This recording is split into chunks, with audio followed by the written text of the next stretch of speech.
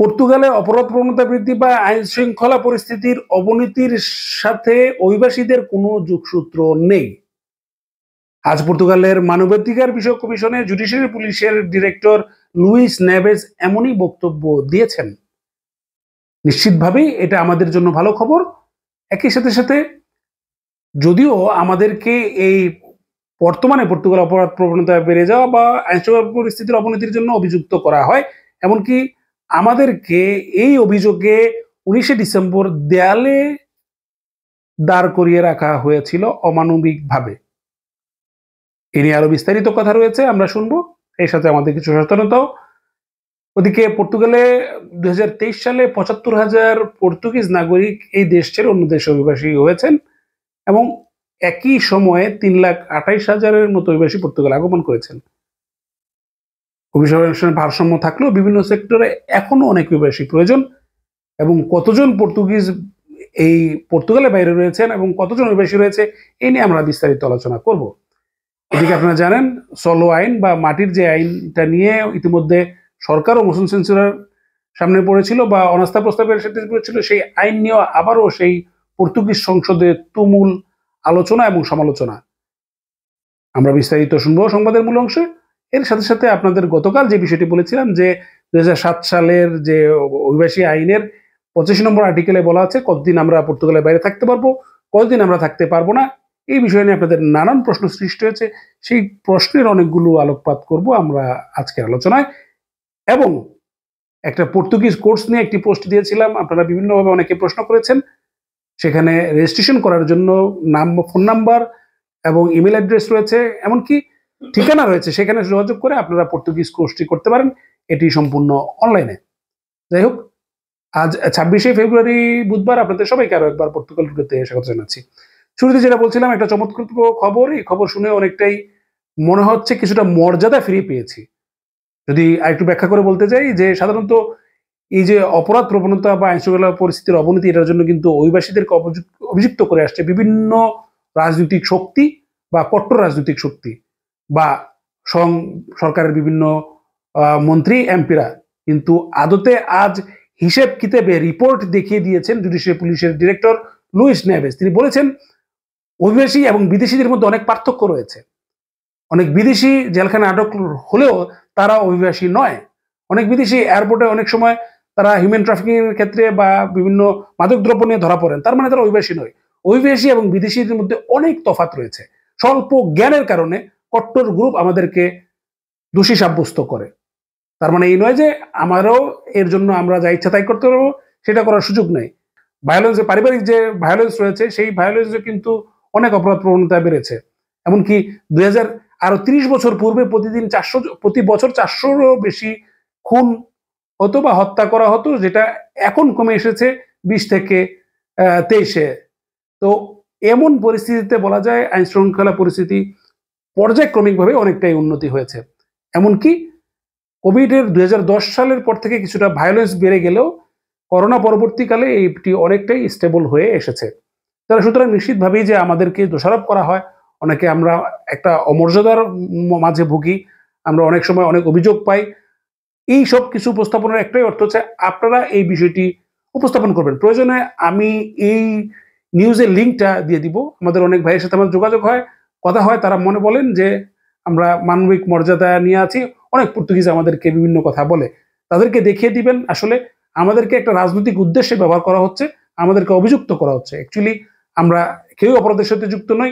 ছোটখাটো দুই একটা ঘটনা ঘটছে, এটা ইমোশন থেকে। প্রত্যেকটা মানুষ যেতে বসবাস করে, আমি ডিফেন্ড করছি না, প্রত্যেকটা মানুষের কিছু, আমরা যেহেতু মানুষ, আমাদের কিছু আবেগ রয়েছে। তবে আমরা চেষ্টা করবো যাতে এই দেশের নিয়ম মেনে, এই দেশের যে আইন রয়েছে, নিয়ম নীতি রয়েছে, বাংলাদেশে যে আমরা যে অবস্থা ছিলাম তার চেয়ে বেশি আরো সহনশীলতার পরিচয় দেওয়ার জন্য। কেননা বিদেশে আজকে যদি আমরা যে কোনো ভুল করি তাহলে কিন্তু আমাদের বাংলাদেশে কিন্তু কাঠগড়ায় দাঁড়াবে। এই বিষয়টা ষষ্ঠ রেখে আমরা করব।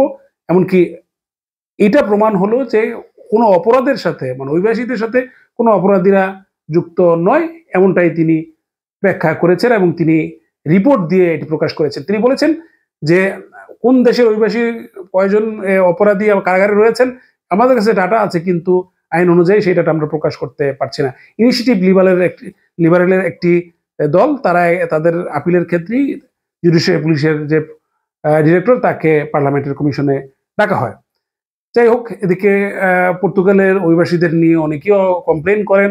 এই কথাটা একটু আগে বলছিলাম, পর্তুগালে কিন্তু অভিবাসীর প্রয়োজন।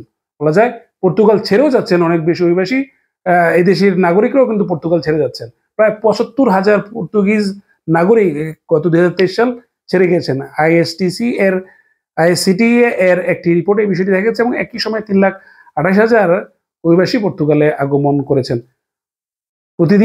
প্রতি বছর বলা যায় ১ লাখেরও বেশি অভিবাসী প্রয়োজন বিভিন্ন সেক্টরে জরুরি কার্য সম্পাদন করার জন্য, যেটা হিসাবভুক্ত। সেই হিসাব অনুযায়ী দেখা যায় পর্তুগালে ছেড়ে যাওয়া এবং পর্তুগালে একই সময় যে সকল লোক এসেছেন ৩,২৮,০০০, তাতে একটি ভারসাম্য রয়েছে। তবে যদি আমরা আরেকটু মোটের হিসাবে যাই, বলা যায় ২০২৪ সালের জাতিসংঘের হিসাব অনুযায়ী প্রায় ১৮ লাখ পর্তুগিজ বিভিন্ন দেশে বসবাস করছেন। তবে একই সময়ে ২০২৩ সালের হিসেব অনুযায়ী দেখা গেছে যে পর্তুগালে এসেছেন ১০ লাখেরও কিছু বেশি অভিবাসী। সেক্ষেত্রে দেখা যায় যে পর্তুগালে সবসময় একটি ঋণাত্মক অবস্থান থাকে অভিবাসীদের ক্ষেত্রে, এবং সে কারণে অভিবাসীর প্রয়োজন, এবং রাজনৈতিক দলগুলো আমাদেরকে ব্যবহার করছে। তাই বলে সেটা এমনটা নয়, আমরা চেষ্টা করব আমাদের যে মানবিক যে অধিকারগুলো সেটি নিশ্চিত করা, এবং সেই নিশ্চিত করার জন্যই আমরা বিভিন্ন সময় আপনাদের শরণাপন্ন হই। আশা করছি সামনের দিকেও আমরা এমন কিছু বিষয়ে আমরা প্রোটেস্ট করব। আপনারা সবাই সঙ্গে থাকবেন, যাতে অন্তত আমাদের বেসিক রাইটস যেটা রয়েছে, আমাদের ডকুমেন্টের অধিকার, আমাদের এখানকার একটা কর্মের অধিকার, আমাদের স্বাস্থ্য সেবার অধিকার, যে বেসিক রাইট রয়েছে, যে মৌলিক অধিকারগুলো নিশ্চিত করতে হবে। এটা এদেশের নাগরিক, যেহেতু আমরা এখানে বসবাস করছি অ্যাজ এ রেসিডেন্ট হিসেবে, আমাদের সেই মৌলিক অধিকার নিশ্চিত করার জন্য আমাদেরকে মাঝে মাঝে রাস্তায়ও নামতে হবে। তো সেই বিষয়গুলো আমরা একত্রিতভাবেই করব, যাতে হলো যে আমাদের যাতে অধিকারগুলো আমরা আদায় করতে পারি। যাই হোক, আপনারা জানেন পর্তুগালের বর্তমানে সরকারের সবচেয়ে বড় আলোচিত যে বিষয়টি রয়েছে, একটি যে পর্তুগিজ প্রধানমন্ত্রী লুইস মন্টেনিগ্রো তার পারিবারিক একটি রিয়েল এস্টেট ব্যবসা নিয়েই একটি জটিল পরিস্থিতির মধ্যে রয়েছেন। এই নিয়ে সরকার অনাস্থা প্রস্তাবের সম্মুখীন হয়েছিল, যদিও এই অনাস্থা প্রস্তাবটি ভেস্তে যাওয়ার কারণে সরকারের কোনো ক্ষতি হয়নি। বাট তারপরেও সেই আইনটি নিয়েও আবার সংসদে এখন অনেক বেশি আলোচনা হচ্ছে। কেউ চাচ্ছেন যে আইনটি সংশোধন করে ভুলগুলো সরিয়ে ফেলা হোক, এবং সেগা চাচ্ছেন যে আইনটিকে যাতে রাষ্ট্রপতি ভেটো দিয়ে দেন, যাতে আইনটি পাশ হতে না পারে। তবে এখন দেখার বিষয় হচ্ছে যে এই আইনটি আসলে সরকারের কতটুকু ক্ষতির কারণ হতে পারে, এবং এই আইনটি নিয়ে কিন্তু এই সরকারও অনেকটা বিব্রতকর পরিস্থিতিতে রয়েছেন।